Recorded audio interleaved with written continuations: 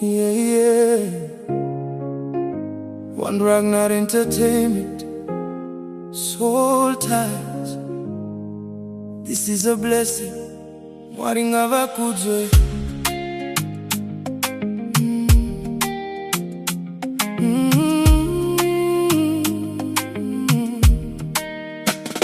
Handina kufunga kuti rudo rwakadai ruripo, asi Mwari vakandiratidza kuti zvipo zvavo zvichiriko.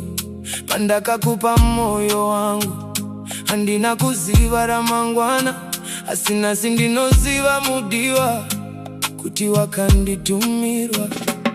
Vanhu vazhinji vakauya, vamwe vakabva muupenyu wangu, asi iwe wakaramba uripo senyasha dzekudenga. Chikomborero mudiwa, wakauya muupenyu wangu, handichakwanisi kuramba kuti Mwari vakandida. Chikomborero mudiwa, uri chipo chemweya wangu, kana ndinewe padivi pangu, ndinoziva ndakakomborerwa.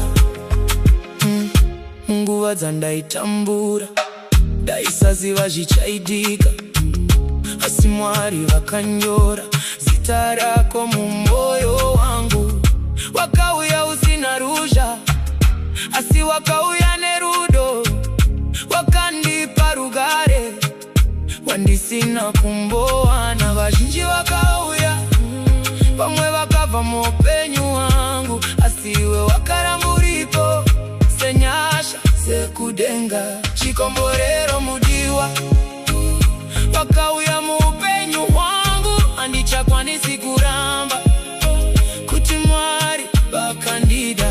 Chikomborero mudiwa, uri chipo chemweya wangu, kana ndinewe padivi pangu, ndinoziva ndakakomborerwa. Kana ndichifunga upenyu, handioni tsaona zvakare, nekuti rudo rwedu rwakasungwa naMwari. Tichafamba pamwe chete, tichisimbiswa nerudo, masoul ties edu mudiwa, richibvumirano chekudenga.